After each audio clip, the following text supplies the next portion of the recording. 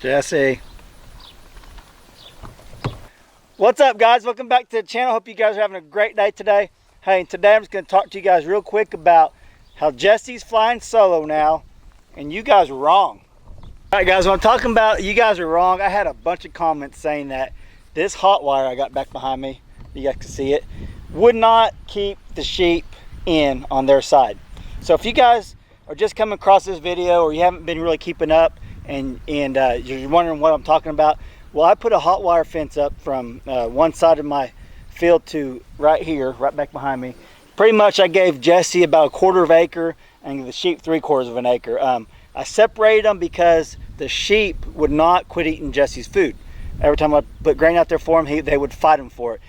So I don't want to be graining the sheep out because you can get your sheep too big, and these sheep, these ewes I got are going to be for having lambs. I'm going to put a ram in there with them in October. So you don't want to get them too heavy. It could be unhealthy, just like anyone being too heavy, obviously. But for them being too heavy and having babies, not a good thing. Can cause a lot of problems. So what I did is I went out and bought an electric fence, and I'll put, if I think of it, I'll put the video up there with me hooking it up.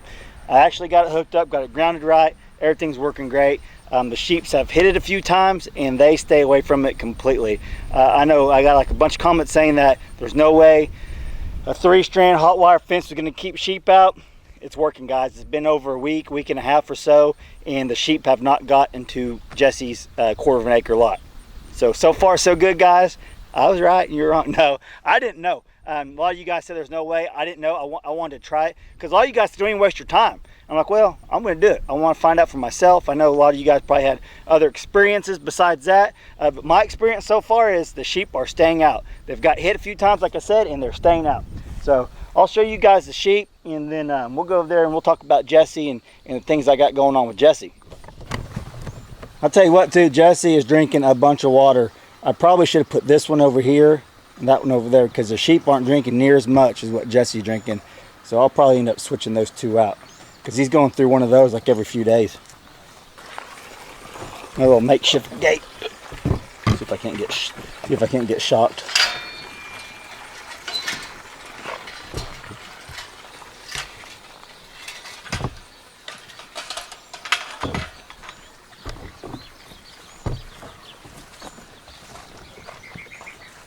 Matt, what are you doing?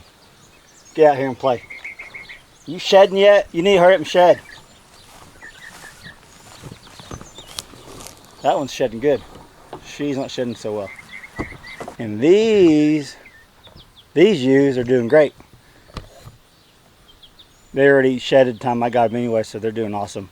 They're not going to be near as woolly.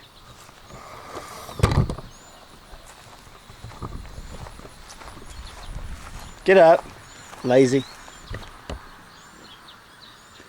That's her spot. It's actually pretty nice out here today, not too hot, but that's where she always lays. It must be a cool spot for her up against that log underneath the shade tree. And she likes to hang out in there. That's one thing about moving Jesse to that 1/4 acre over here, is this was his favorite little house and she took it over. But he's got shelter over there in that shelter, and he's got plenty of shade throughout the day in the shade tree. So all's good with that. Let's go find Jesse.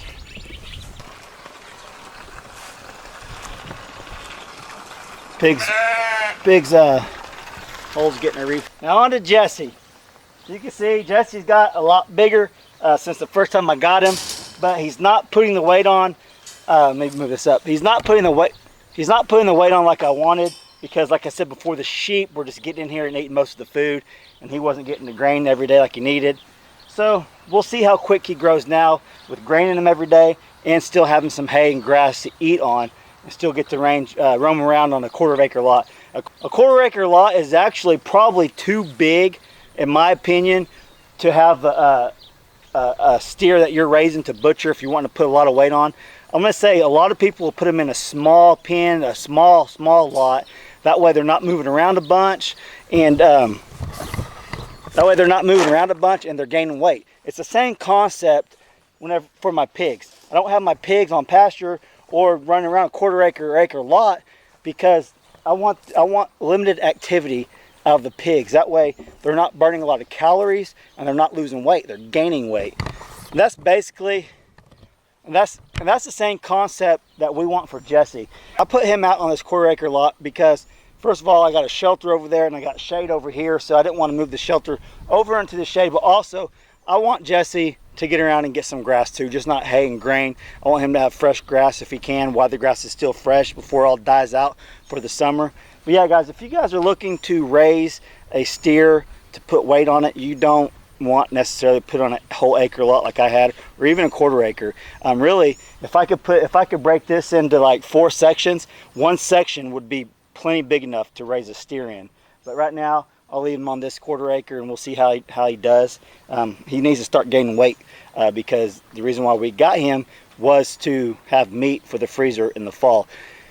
As of right now, he's not looking like he's going to be ready in the fall, but there's no rush. Whenever he's ready, he's ready. And I know a lot of you guys are like, no, you can't eat Jesse. Well, what we might end up doing is trading my friend out steer to steer, so we're not eating Jesse. He can do whatever he wants with it. If he wants to keep Jesse as a pet, he can for his kids or whatnot. But my friend's doing the exact same thing with his steer as I'm doing with mine, feeding him the same grain, grass, all that stuff. So we know exactly what's going into our animals. So that concept of trading out will be fine because I know what he's doing. He knows what I'm doing. It's all good. And my kids won't be eating Jesse. But yeah, guys, I just want to do an update for you guys on Jesse and tell you guys, so far you're wrong and my experiment is working into my favor. So I'm glad about that. I'm happy about that. One thing I wish I would have done, and several of you guys said that, is get a solar power electric fence charger or whatnot, and not run the cord, because it does cost money to run that. I personally don't think it's using as much as some of you guys make it sound, but we'll see if my electric bill comes around.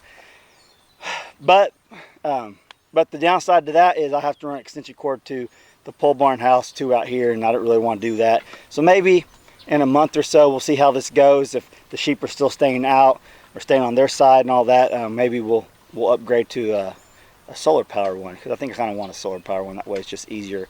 And also I think it'd be cool to be able to put some electric fence out there and be able to move them around and let the sheep go out there and graze, kind of like moving a chicken tractor every day, but I can move the electric fence every day, and I don't want to run extension cords for that. All right, guys, hope you like this little update of Jesse and the electric fence. The electric fence is working great. Couldn't be more happy with it, besides run the extension cord. No big deal.